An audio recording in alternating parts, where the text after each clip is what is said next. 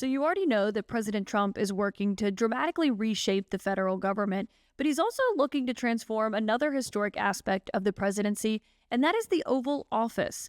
Since President Trump moved in nearly 8 weeks ago, he has more than tripled the number of paintings that you see hanging on the walls of the Oval Office. A lot of them are former presidents who once occupied that space. And I'm told Trump had his eye on some of them. He knew which ones he'd like to see hanging in the walls of the Oval, as every president has the chance to redecorate when they move in. But several others, he actually flipped through a catalog and looked through a national collection to see which ones he'd like to see hanging on the walls. There's so many that there's almost not really any wall space left when you're inside the Oval. But the president hasn't stopped there. Also, in keeping with a style that he has adhered to for decades, there's a lot more gold inside the Oval Office.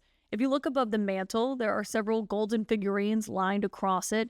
And often, when the president is greeting a world leader sitting in those two chairs before the fireplace, you can see the golden medallions that are now in front of it. And if you look over to the tables, the side tables, you can see golden figurines of eagles placed there.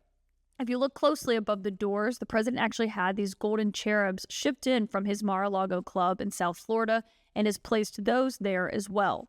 Now, I've been inside the Oval several times. It definitely still has that historic look to it that you've known for decades, but it certainly has much more of the Trump stamp on it these days.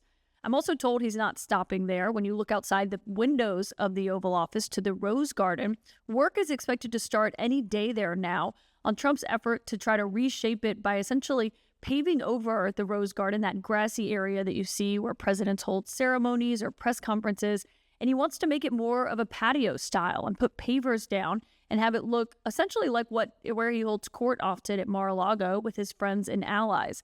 He's personally reviewed those blueprints and even met with the curators as he seeks to put his stamp not just on the Oval Office, but really the entire West Wing in general.